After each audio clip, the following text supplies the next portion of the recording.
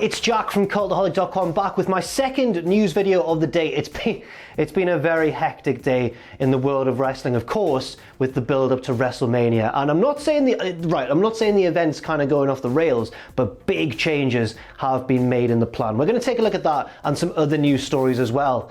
Whew, and let's just crack on with the headlines. First of all, another WWE Superstar is set to miss WrestleMania 36. Next up, we take a look at reports that Braun Strowman is Roman Reigns' replacement in that title match with Goldberg. And finally, Vince McMahon apparently can't do business with a huge former WWE superstar. So first of all, let's talk about this superstar who was sent home from the WrestleMania 36 tapings. If you're catching up on this whole story as it continues to develop day by day, WWE have pre-taped WrestleMania. They did so this week, reportedly on Wednesday night and Thursday night, but apparently The Miz, while being present, was not part of the show. At least that's according to a report by PW Insider, which is very strange because of course The Miz was supposed to be on the card. He, alongside John Morrison, was going to defend the SmackDown tag team titles against the winner of the New Day versus the Usos match on this week's SmackDown. Now this was expanded on a little bit on Wrestling Observer Radio, where Dave Meltzer reported that apparently when The Miz arrived, it was clear that he was sick.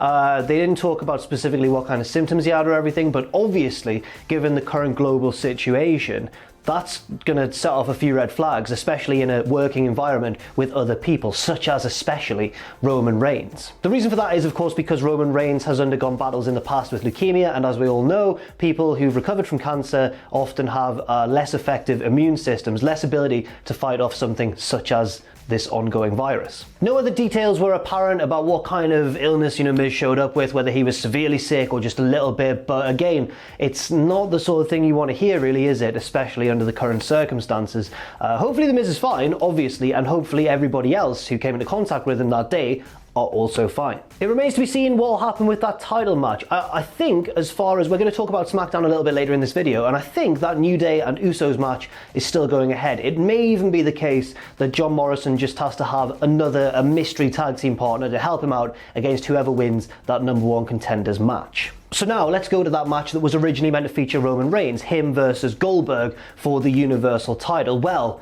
obviously now that's not the case because Roman Reigns pulled out of it. And apparently these two stories are linked. This situation with The Miz was a factor in encouraging Roman Reigns to say, you know what, I really don't fancy this, I'm gonna go home.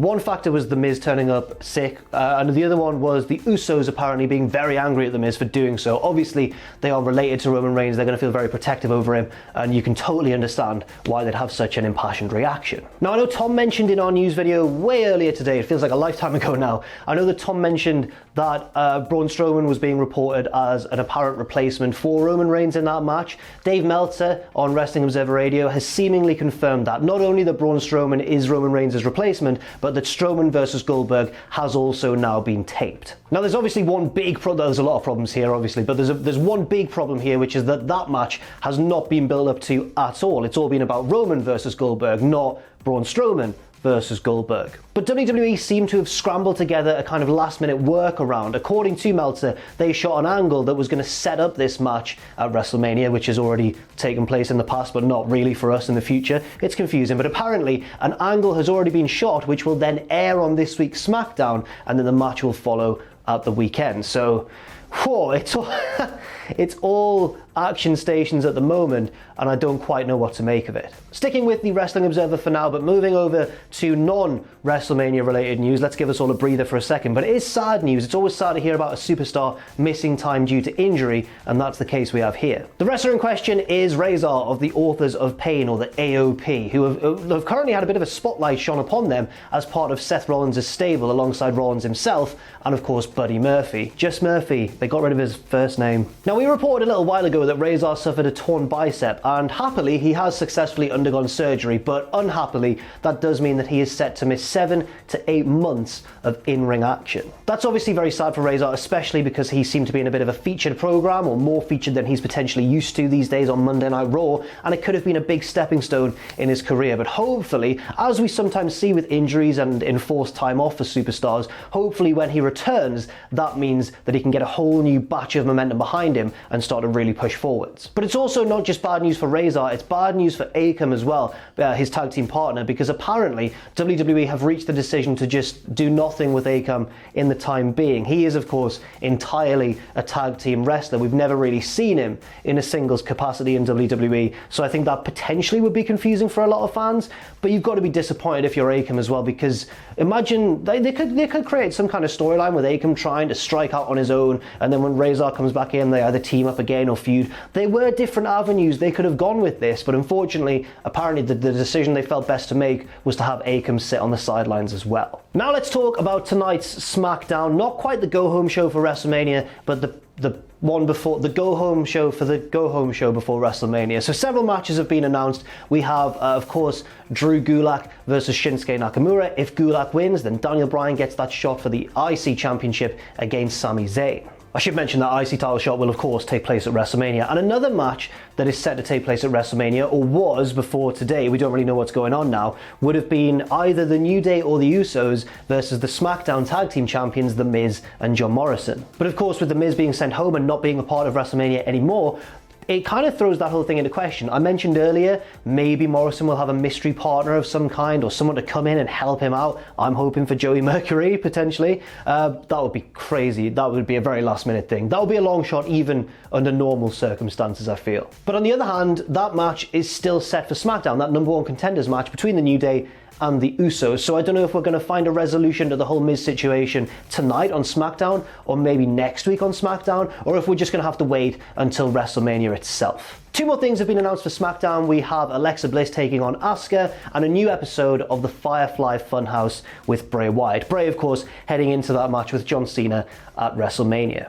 Let's now talk for a second about Alberto Del Rio, or Alberto El Patron on the Indies, of course. He was talking quite a lot in the press recently, sort of earlier this week / last week, about being in talks once again with WWE and saying that a potential return is on the horizon, or implying that a potential return is on the horizon. But not according to Sean Ross Sapp of Fightful, who came out and said that he talked to various sources regarding Alberto Del Rio and his standing with WWE. Apparently, they all kind of denied it. They all said no, and one even outright exclaimed bull S-word down the phone as a response to that. Another one gave a slightly more eloquent, slightly more wordy explanation, saying if Paige does not, because obviously Del Rio and Paige had that whole relationship and all the drama that came along with that and all the insinuations and everything, if Paige does nothing for WWE, she's more valuable to have around than anything that he could do, saying that the company would risk making her uncomfortable by having Del Rio around at this point. So yeah, it seems like Del Rio, I don't know where he's quite got this story from. Either, well, one or two things have happened, haven't they?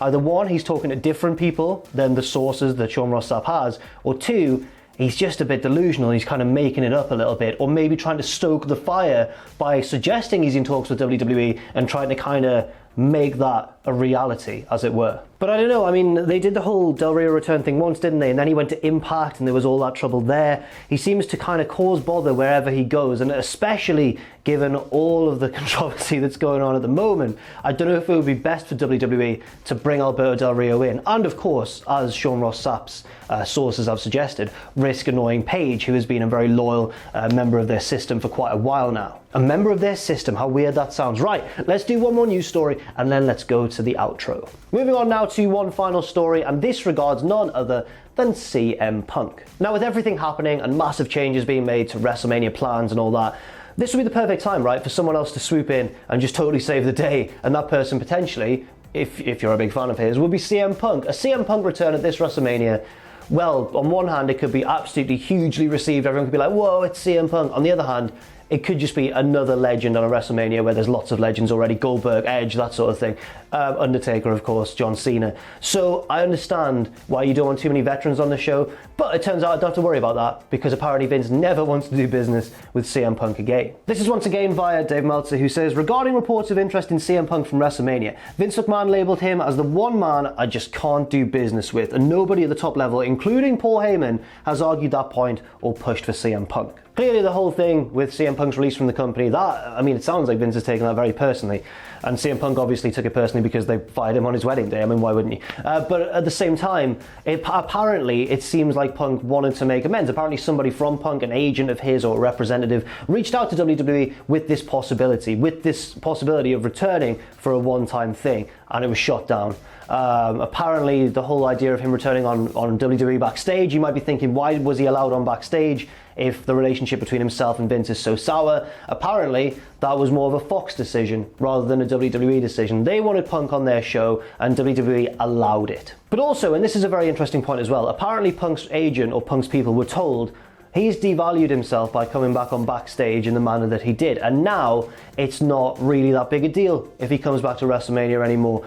I'd like to know what you think of that. Do you think that CM Punk returning for a match at WrestleMania would be still a huge deal, or do you think the hype has now died down now that he is loosely back in the WWE fold? So that's it. What a hefty news update that was. All that talk about WrestleMania and everything. As it stands, just a quick rundown once again. The Miz will not take part in WrestleMania 36. We don't know what's going on with John Morrison's partner. Will the match even take place? I kind of assume so, because that number one contenders match is still taking place on SmackDown tonight between the Usos and the New Day. In other news, Roman Reigns, he went home very wisely in my opinion, and I'm sure the opinion of everybody watching this, of course, it's just common sense. He's gone home. Braun Strowman is in as his replacement, taking on Goldberg now. That match is already in the can. We'll wait to see how that turns out and who wins. And yeah, it's been quite a shocking day in the world of wrestling, specifically regarding the progress of WrestleMania 36. Thank you very much for watching. I've been Jack from Cultaholic.com. I need to go and have a lie down, and I'll catch you soon.